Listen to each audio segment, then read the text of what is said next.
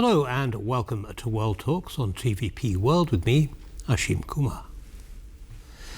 We turn now to Berlin, where Polish and German leaders have held high-level intergovernmental consultations, talks that have already produced a symbolic gesture. Germany is preparing to return cultural artefacts stolen from Poland during World War II, including medieval archives of the Teutonic Order and a 14th century sculpture from Malbork Castle. This comes at a moment when Warsaw-Berlin relations appear to be warming after years of political tension. Joining us is Piotr Buras. He's head of the Warsaw office of the European Council on Foreign Relations. Mr. Buras, welcome to TP World. Thanks for taking the time. Thank you for having me. So how do you interpret the return of these artifacts?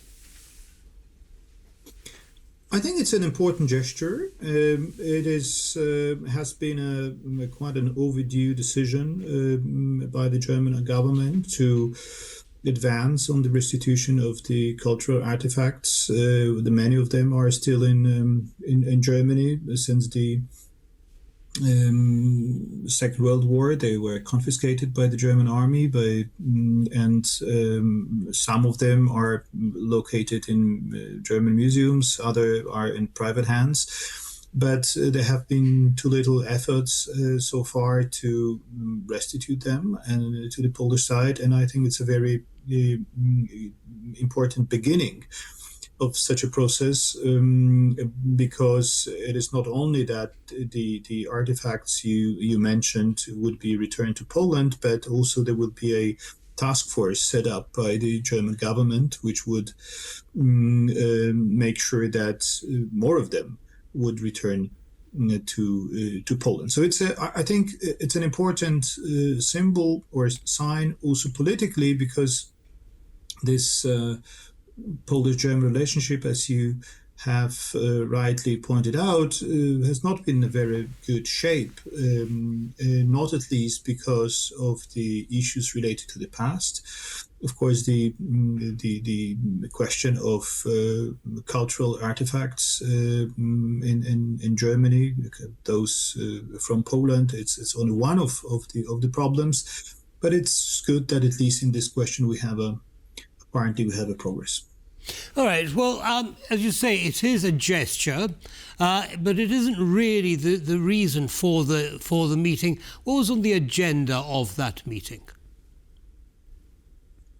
There are, of course, other much more political issues which are on the top of the agenda. This is the question of security and defense cooperation between Germany and Poland, which is certainly the topic number one, or should be the topic number one in the bilateral relationship of those countries, given the threat from Russia, given the very tense geopolitical situation and the reorientation of the U.S. foreign and security policy.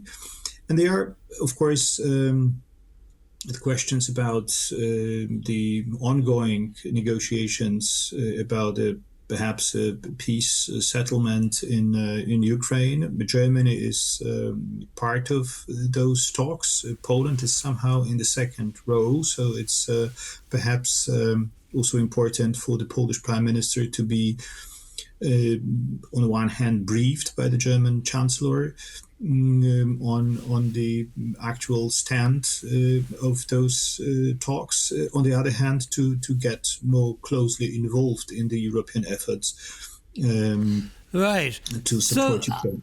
Sorry, please continue. No, it's...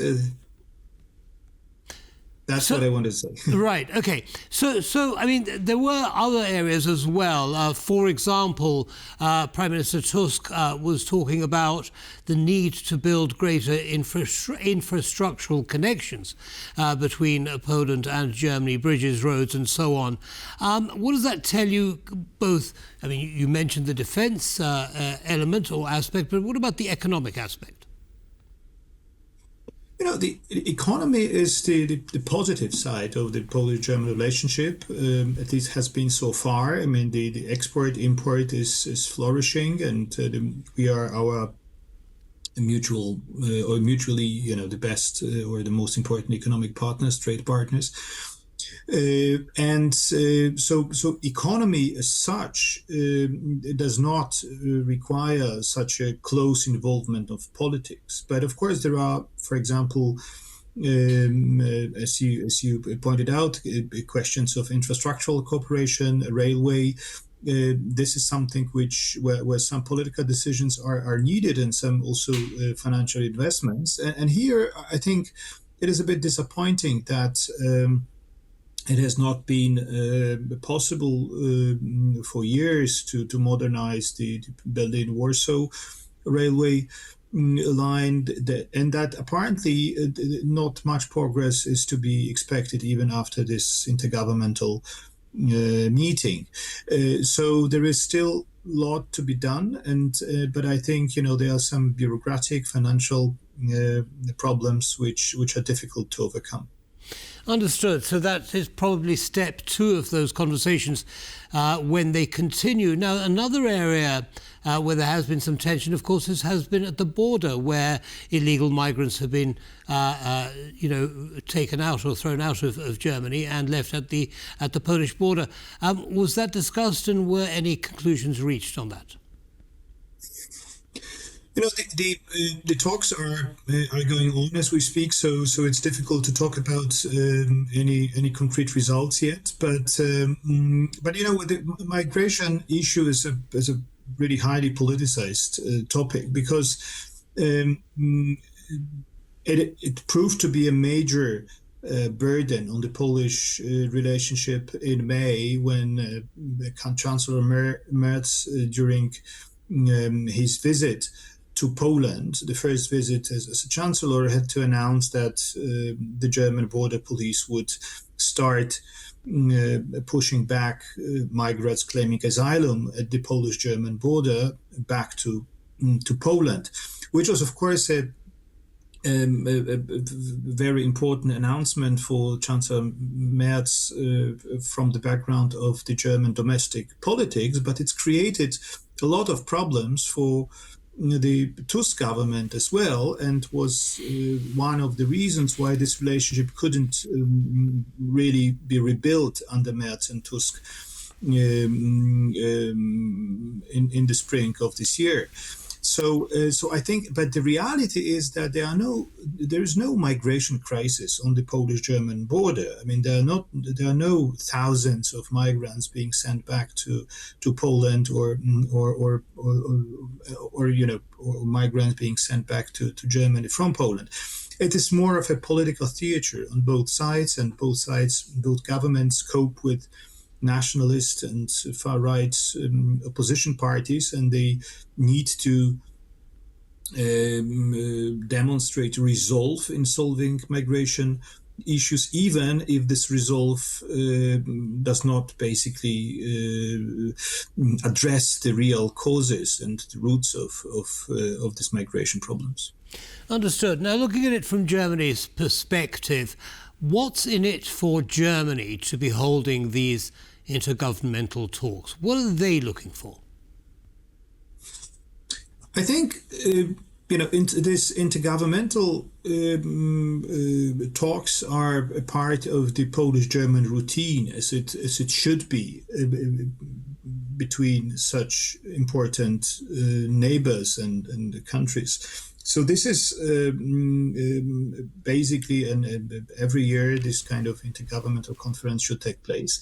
But Germany, I think, of course, hopes that it could lead to a breakthrough in the Polish-German cooperation, that this impasse or this stalemate we are in could be overcome, because I think it is really very problematic for both Berlin and Warsaw that this cooperation is not as advanced as it should be in this very difficult geopolitical context. And I think it's a very good positive sign that both countries intend to sign a or prepare first a security treaty, which possibly could be signed next year. We, as Poland, have already such a treaty with France, signed in the spring of this year, and it's long overdue to have such a partnership in security and defense cooperation with Germany as well. And I think it's probably the most important announcements coming from this meeting today, that both sides will pursue this kind of close cooperation. Understood. Now, in the last minute or so that we have left, Mr. Buras, the main opposition party, the AfD, have made it quite clear that they're not in favour of a closer relationship with Poland. How do you expect Chancellor Merz to deal with that dynamic, if at all? I think for now, this is not the major concern for Merz. He doesn't want to cooperate with AfD. He wants to isolate AfD. But it is, I think, concerning from the Polish perspective that the relationship with Poland is becoming subject to German domestic political controversies. And this is worrying, and it will, of course, further narrow the room of maneuver of the federal government in its relationship with Poland, which is a bad news for Poland. Understood. Mr. Buras, thank you so much for sharing your analysis with our audience. Have a good evening, sir. Thank you very much. Bye-bye. That brings us to the end of this episode of World Talks. Don't go away. As always, lots more coming up. Goodbye.